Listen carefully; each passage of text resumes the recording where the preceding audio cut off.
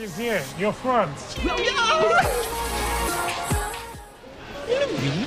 Huh? You're me? Surprising that she's big a little bit. But you're B. Now you must die! Awesome!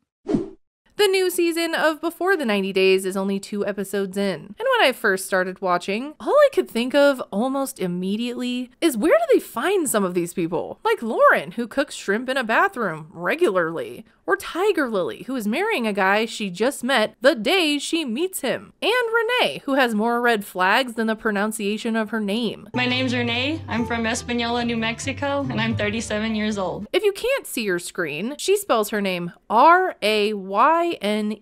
And from the people I know with this name or similar names like it, that to me spells Rayne. But according to her, it spells Renee, like there are 2 E's at the end, but there aren't. I have never seen Renee spelled that way. Have you? Anyways, Rayne, Renee, whoever, she lives on a farm with her 135 chickens and 2 kids with names that are spelled like they're pronounced. So at first she comes off like this nice chicken lady who fell in love with a Nigerian man named Chidi online. Was there as a friend suggestion, a little cutie, I sent the friend request and it just hit hard and deep.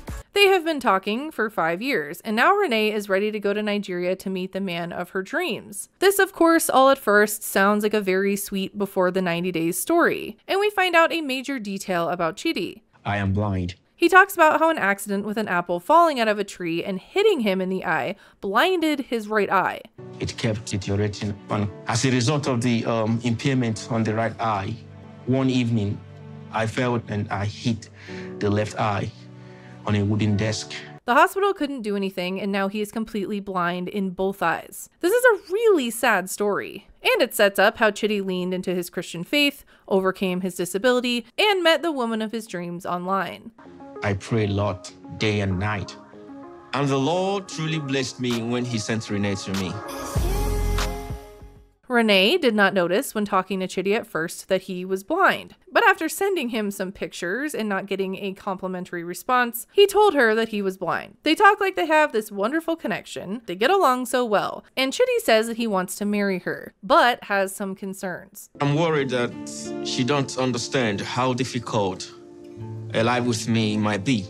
And this is where in the story I go from rooting for this couple to just starting to feel uneasy about what is really going on here, especially with Renee. Renee is very accepting of Chidi's blindness, but almost in a way that feels off. When he said he was blind, honestly, like everything in me, it just hit me. Like I wanted this guy forever. Like so that's the attraction is that he's blind. She pretty much says she likes him more because he's blind, because he can't see her. I'm very self-conscious about how I look. That just sounds strange, right? And before we go into the next thing she says, I want to share a part of this article first because I think it brings some context into what she's going to say. So we know at this point that Chidi is religious. And Starchasm on Instagram picked up this post that he made. In this post, he talks about his decision to wait to share a bed with someone until marriage, and how his concerns with sharing a bed with Renee also included him being worried about some discussion they had had. And these discussions are related to what she says next.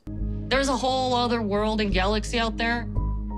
For example, I know for a fact that aliens exist, UFOs, Illuminati.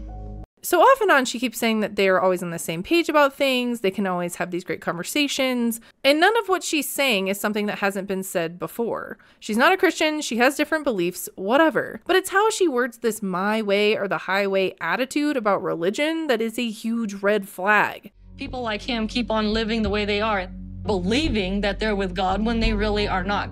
He could attend church, but eventually this man will be just as woke as I am. So he leaned into his faith as his eyes healed. It helped him get through a very painful time in his life. But she's going to change his mind. Her way or the highway. Okay. And going back to that article, Chidi says that one of their concerning discussions was about this. It had to do with what Renee believes. And apparently he says that Renee asked if he was ready to be sacrificed. Yes, sacrificed. And if he was prepared to be in the room with her when vampires and cannibals would gather for their feast. Yike. Renee apparently responded to this by saying that when she said sacrifice, she meant the sacrifice he would make of moving to the US. So I'm guessing she means that there was a miscommunication there, and there could have been, And she could have been talking about something related to if they went through the K1 visa, but apparently they're not on the same page about everything like Renee likes to say. She seems to talk like she has full control in the relationship, that everything she says he agrees with, but apparently that's wrong. They apparently are not on the same page about everything like Renee is saying. And that becomes very obvious when Renee lands in Nigeria. Did anyone else's brain just like jump back to Azan and Nicole? She's big a little bit. And now he must be sacrificed. You're perfect. He tries to like save that comment by saying she is just different than he imagined, but still perfect. I don't know if I believe him, but now this moment will live forever in the many 90-Day Fiancé memes out there.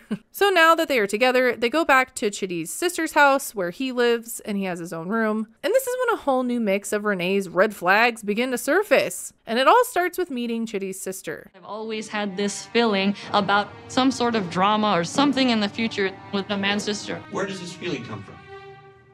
I don't know. His family cleared out a room for her, so she will be comfortable. They seem very welcoming, very excited. That could change, but from what we can see so far, they seem nice. But she keeps saying she's worried about this possible drama with the future sister-in-law, and I think that's because she's going to be the one causing that drama.